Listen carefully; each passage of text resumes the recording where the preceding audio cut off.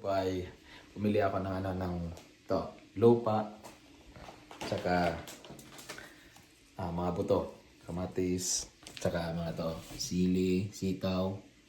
Ayan, bale, sa mahal ng bilhin ngayon, gusto kong subukan magtanim para tsaka gawin na rin pastime para may ginagawa pag day off. Kasi ngayon 3 days off na naman kami, walang ginagawa.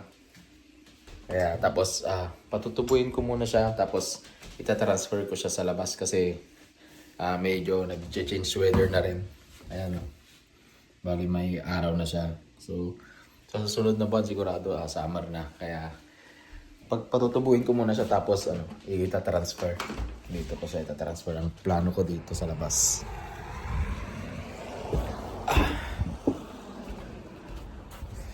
Ayun. Dito ko siya itatransfer. Plano ko dito ko siya ilalagay kapag tumubo na sila. Kasi maluwang naman dyan sa likod. Dyan ko na lang siya ilalagay. Dito na lang sa likod kasi mas safe siya. Kasi may mga gumagalang deer kasi dito. Baka sirain lang ng deer kapag tumubo na sila. Gusto ko ring lagyan sana dito sa harap. Kaso nga lang walang bakod eh. Ayan no. Makikita nyo. Ayan sa labas. Kaya dito lang sa loob na lang. Pero kung may sobra baka maglalagay ako konti dyan sa harap. Ayan. So magpe-prepare lang ako. Nalagyan ko lang ng lupa yung container, tapos doon ko na siya patutubuin. Tapos lagay ko siya sa basement para doon na siya doon ko na lang itago hanggang tumubo siya. Yung mga buto na binili ko. Matis, sili, beans, iba't ibang klaseng beans. Ayan, tubukan ko lang. Tapos update ko sa videos kapag tumubo na. Kaya kung gusto mong subaybayan at updated ka dito, please subscribe na rin at mag-comment.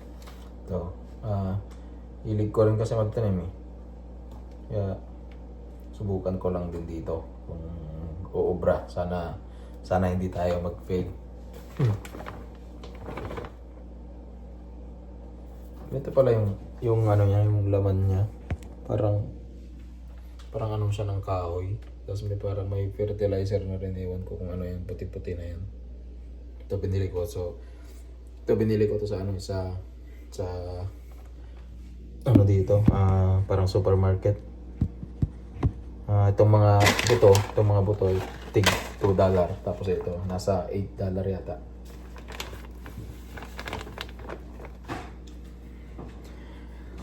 Ito, gusto ko yung tanim, kamatis. May mga instruction din siya dito sa yung sachet ng buto. Ito. So, try natin sundin to. Ganda kasi yung may mga tanim ka eh. Para pagkatapos ng trabaho, maganda siyang pagmasdan, lalo kung may mga na bunga na siya. Ayun. Para may pinagkakaabalahan lalo na sa day off. Kasi 3 days kaming off dito eh. Ito yung price niya.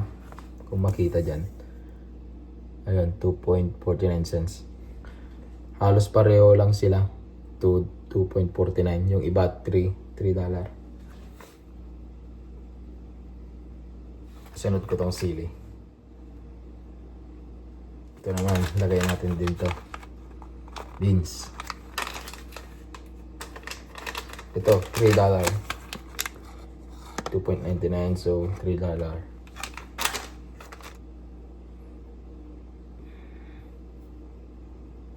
Bale, ito lang yung tanim ko.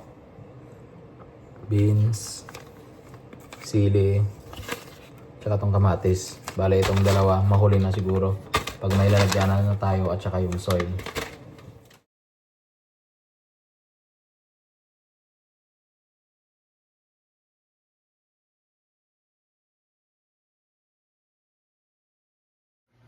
Ayun, nandito na ako sa basement guys. Nilagay ko na dito yung mga tinanim ko na buto. Ayan, dito yung beans, yung kamatis, tapos yung sili at saka beans din to. Tapos yung dalawang nandoon.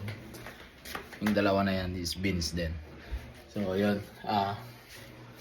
Tapos, kapag tumubo na sila, tatransfer ko na sila sa direct sa lupa sa labas. Subscribe sa mga dito sa channel ko. Tapos comment and share ka na rin kung anong mga pwede mong i-suggest. Ayan. Bye.